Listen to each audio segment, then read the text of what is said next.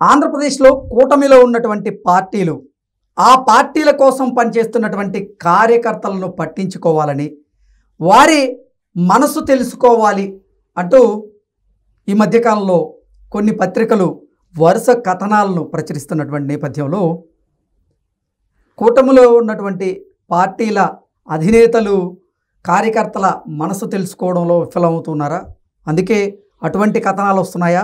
అసలు కార్యకర్తలు ఏం కోరుకుంటున్నారు? అధినేతలు కార్యకర్తల మనసు తెలుసుకోవడంలో ఎందుకు విఫలమవుతున్నారు? అసలు ఎందుకు ఇటువంటి కథనాలు వస్తున్నాయి అనేది మనం పూర్తి స్థాయిలో విశ్లేషణ చేసుకుందాం. ప్రస్తుతం మనతో పాటున్నారు ప్రముఖ రాజకీయ విశ్లేషకులు, ప్రముఖ సీనియర్ జర్నలిస్ట్ డివిఎస్ గారు. సార్తో మాట్లాడదాం. సార్ నమస్తే. సార్ నమస్తే. పార్టీల కోసం కష్టపడి పనిచేసినటువంటి కార్యకర్తలని, పార్టీల కోసం ప్రాణత్యాగం చేసినటువంటి కార్యకర్తలని ఇప్పుడు కూటమిలో ఉన్నటువంటి పార్టీలు పట్టించుకోవడం లేదని, కార్యకర్తల మనస్సు తెలుసుకోండి, పొలిటికల్ గవర్నెన్స్కి ప్రాధాన్యత ఇవ్వండి, లేదంటే రానున్న రోజుల్లో అధికారం కోల్పోవడం ఖాయం అంటూ ఇప్పుడు కొన్ని పత్రికల్లో వరుస కథనాలు అయితే ప్రచురితం అవుతూ ఉన్నాయి.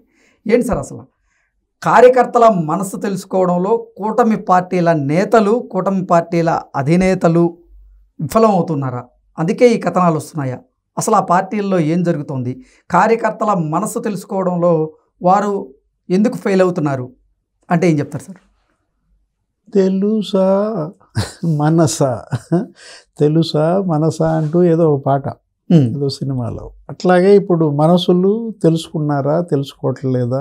ఈ కథనాలు చూస్తే మనకి పార్టీలు, అధినేతలు, నాయకులు, కార్యకర్తలు, సార్ ఇది 4 అంచెలుగా మనం ఈ పార్టీలని, ఈ వ్యవస్థని తీసుకుంటే పునాదుల్లో ఉన్నది కార్యకర్త, అవును, స్లాబ్ అధినేత, ఈ మధ్యలో ఉన్నాళ్ళు వీళ్ళు గోడలు, ఇది నాయకులు, గోడలు. ఇప్పుడు రాజకీయ పార్టీ అనేది ఒక భవనం గనక అయితే ఇవాళ పునాదులు గట్టిగా ఉంటేనే భవనం నిలబడుతుంది, స్లాబ్ 10 కాలాలు ఉంటుంది. అవును, పటిష్ట నిర్మాణం అయినా కూడా, సంస్థాగత బలం ఉన్నప్పటికీ కూడా ఇప్పుడు మరి మీడియాలో కథనాలు, ఛానల్స్లో మరి సర్వేలు, లేకపోతే అసలు పత్రికల్లో బ్యానర్ ఐటమ్స్ ఏంటి తెలుసా కార్యకర్తలు మనసు అని అడుగుతున్న నేపథ్యంలో ఇది ఒక హెచ్చరిక.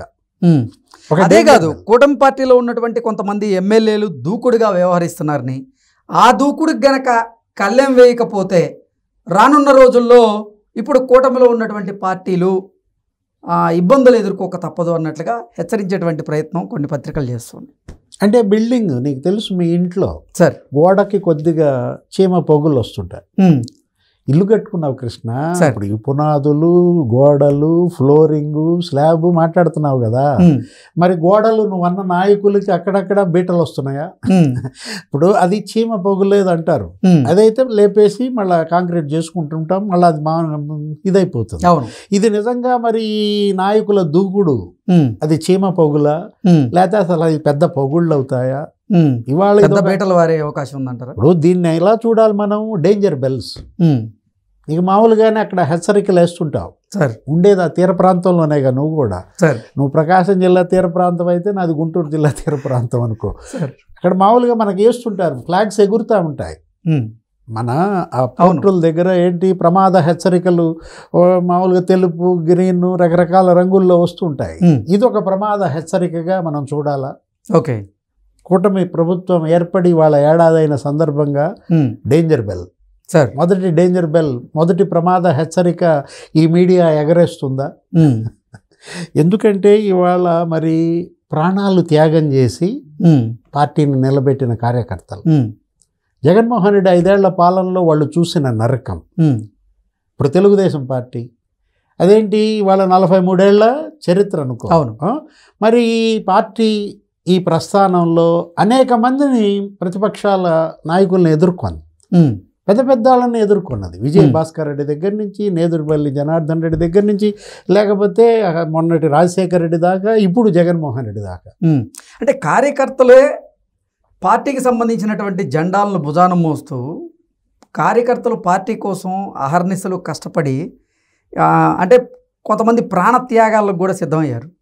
అటువంటి వారిని కూడా ఇప్పుడు పార్టీ పట్టించుకోకపోతే రాను రోజుల్లో ఇబ్బంది తప్పదు అంటుంది. అంటే నువ్వు ప్రాణత్యాగం అంటే నాకేది గుర్తొస్తుంది, ఆ గుళ్ళపాడు ఆ చంద్రయ్య యాదవ్ అవును ఇవాళ మెడ మీద కత్తి పెట్టి జై జగన్ అను అన్నారు, అతను జై చంద్రబాబు అన్నాడు, అవును కోసేశారు. అంటే మెడ మీద కత్తి పెట్టి కోస్తానన్నా జై చంద్రబాబు అన్నటువంటి చంద్రయ్య యాదవ్ లాంటి కార్యకర్తలు ఉన్న ఈ తెలుగుదేశం ఇవాళ ఏంటి మరి కార్యకర్తలను పట్టించుకోవటం లేదనా? ఇప్పుడు ఆ చంద్రయ్య యాదవ్ కొడుక్కి ప్రభుత్వ ఉద్యోగం ఇచ్చారు, మరి పట్టించుకుంటుందా? పట్టించుకోవట్లేదా? పట్టించుకున్నట్లే.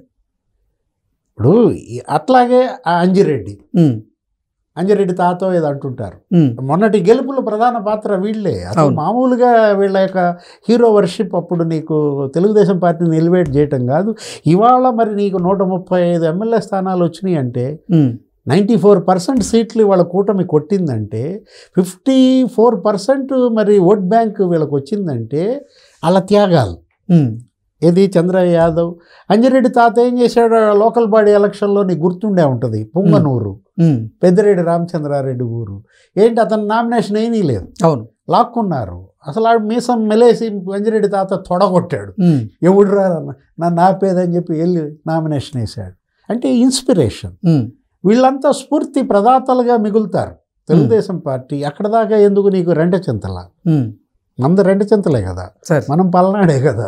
ఇప్పుడు ఆ రెంట చింతల నీకు బూత్లో ఆ రోజు చూసావు కదా, మంజుల ఏం జరిగింది, పిన్నెల్లి రామకృష్ణారెడ్డి వాళ్ళు రౌడీలు గుండాలు తల బద్దలు కొట్టారు, మహిళ.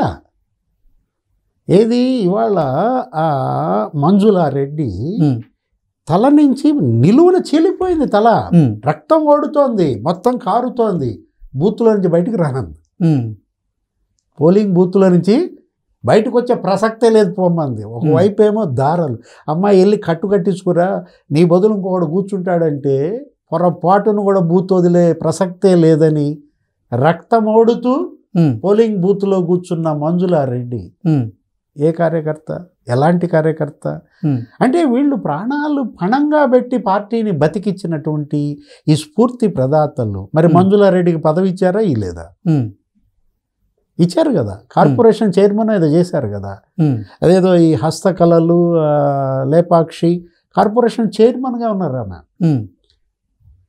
అంటే తెలుసా కార్యకర్తల మనసు అంటే, చెప్తున్నా తెలుసు కాబట్టే చంద్రయ్య యాదవ్ కొడుక్కి ఉద్యోగం ఇచ్చారు, తెలుసు కాబట్టే అంజిరెడ్డిని అసలు తెలుగుదేశం పార్టీకే బ్రాండ్ అంబాసిడర్ అన్నారు.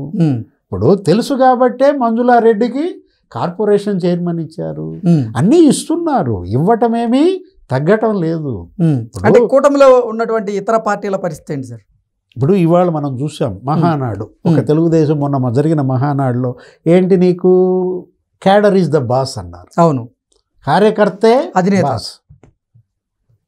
ఇవాళ కార్యకర్త శాసిస్తున్నాడు, అధినేత పాటిస్తాడు. నిన్న మనాళ్ళు ఛానల్స్ ఇంటర్వ్యూస్ కూడా చేశాయి ముఖ్యమంత్రిని, ఏది ఏబిఎన్ వెంకటకృష్ణ, లేకపోతే TV5 మూర్తి, ఈటీవీ శ్రీరామ్ గారు ఏడాది అయిన సందర్భంగా వాళ్ళు వేసిన ప్రశ్నల్లో ఇదే ప్రధాన ప్రశ్న. ఆయన ఒకటే మాట చెప్పాడు, ఏది కార్యకర్తే నా అధినేత. కార్యకర్తని వదిలి నేను అసలు ఎటువంటి పని చేసే ప్రసక్తే లేదు. జరిగేది పొలిటికల్ గవర్నెన్స్, జరుగుతున్నది పొలిటికల్ గవర్నెన్స్ అని ఆయన చెప్తుంటే, కాకపోతే గ్యాప్ ఉంది, కొద్ది మేర గ్యాప్ ఉన్నమాట వాస్తవం. ఏది అదే నువ్వు అన్నావు, గోడలకు బీటలో ఏదో అన్నావు, అది చీమ పొగులని నేనంటే నువ్వేమో బీటలని వేస్తున్నావు. ఇప్పుడు ఎందుకంటే ఒక సర్వే ఏదో రకరకాలుగా చెప్తోంది, ఏదో 17 మంది ఎమ్మెల్యేలు 30% వ్యతిరేకత అని ఎవరో సర్వే ఇచ్చారు, 19 మంది. ఆ సర్వే కాస్త జగనే చేపించాడు అంటున్నారు, రకరకాల వ్యాఖ్యలు. ఏదైనా ఇదొక హెచ్చరిక. తెలుగుదేశం పార్టీ, జనసేన, బీజేపీ ఇవాళ 3 పార్టీలు మరి మిమ్మల్ని గెలిపించింది ఎందుకు?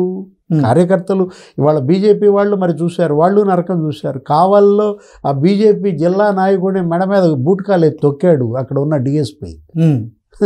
ఎవరు? బీజేపీ సత్యకుమార్ తలబగల కొట్టారు. ఎక్కడ నీకు అమరావతి గుర్తుంది కదా, ఇప్పుడు మంత్రిగా ఉన్నాడా సత్యకుమార్, ఆయన ఆ రోజు ఆయన పైన దాడి జరిగింది. సత్యకుమార్ అక్కడ ఉన్నటువంటి అసలు ఆదినారాయణ రెడ్డో ఏదో, అంటే ఆయన తల బగలలేదులే కానీ ఆయన పైన, ఆయన కారు పైన దాడి జరిగిన పరిస్థితి. అనంతపురంలో చూసాం, తిరుపతిలో చూసాం బీజేపీ వాళ్ళ మీద ఎన్ని దాడులు జరిగాయో. లేకపోతే జనసేన, పవన్ కళ్యాణ్ ఇవాళ ఏంటి, ఆయన అసలు ఒక విశాఖపట్నం ఎయిర్పోర్ట్లో నుంచి ఆయన బయటికి రానిలా. ఆయన కారులో నుంచి చేయి పెట్టి ఏదో అవివాదం చేస్తే అప్పుడు ఉన్నటువంటి ఆ సిటీ కమిషనర్ చేయి లాగాడు. హోటల్లో నుంచి బయటికి రానిలా, దిగ్బంధనం చేశారు. హౌస్ అరెస్ట్ మనకు తెలుసు, హోటల్ అరెస్ట్ అయ్యాడు.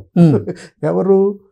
పవన్ కళ్యాణ్. 125 మంది జనసేన కార్యకర్తల మీద కేసులు పెట్టారు ఆ రోజు పవన్ కళ్యాణ్ విజిట్లో. చంద్రబాబు జైల్లో ఉంటే ఆయన పరామర్శించడానికి పవన్ కళ్యాణ్ వస్తుంటే రాష్ట్రానికి రానీలా, రోడ్డుకు అడ్డంగా పడుకున్నాడు. అంత గొప్ప సినిమా హీరో. ఏమంటారు ఆయన్ని? మీరే మీ యూత్ ఏదో అంటారు, ఆయన పవర్ స్టారా? పవర్ స్టార్ని పండబెట్టారు. ఎవరు? జగన్మోహన్ రెడ్డి ఆ రోజు రోడ్డుకు అడ్డంగా పండబెట్టాడు. అలాంటిది మరి ఇవాళ జనసేన కార్యకర్తల త్యాగాలు. అక్కడక్కడ ఎమ్మెల్యేలు కొన్ని అటు ఇటు మళ్ళుతారు. ఇది ఒక మంద, ఈ మందలో కొన్ని గొర్రెలు కొన్ని పక్కకి వెళ్తాయి, మల్లయ్యాల. ఆ మల్లయ్యాల్సిన బాధ్యత కాపరిది. ఓకే. ఇప్పుడు 3 పార్టీల కాపరులు ఎవరు?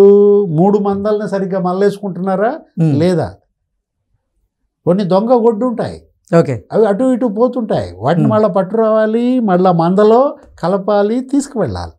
ఇవాళ తెలుగుదేశం కావచ్చు, బీజేపీ కావచ్చు, లేకపోతే జనసేన కావచ్చు, 3 పార్టీల అధినేతలు ఇవాళ 3 పార్టీల కార్యకర్తల్ని ఇవాళ నిలబెట్టాలి, ఆ పార్టీలను మళ్ళా గెలిపించుకోవాలి. ఓకే, అది వాళ్ళ బాధ్యత. ఇదొక హెచ్చరిక మాత్రమే, ప్రమాద హెచ్చరికగా చూడాలా ఈ వార్తలని, ఈ సర్వేలని. Okay. Okay sir, thank you so much.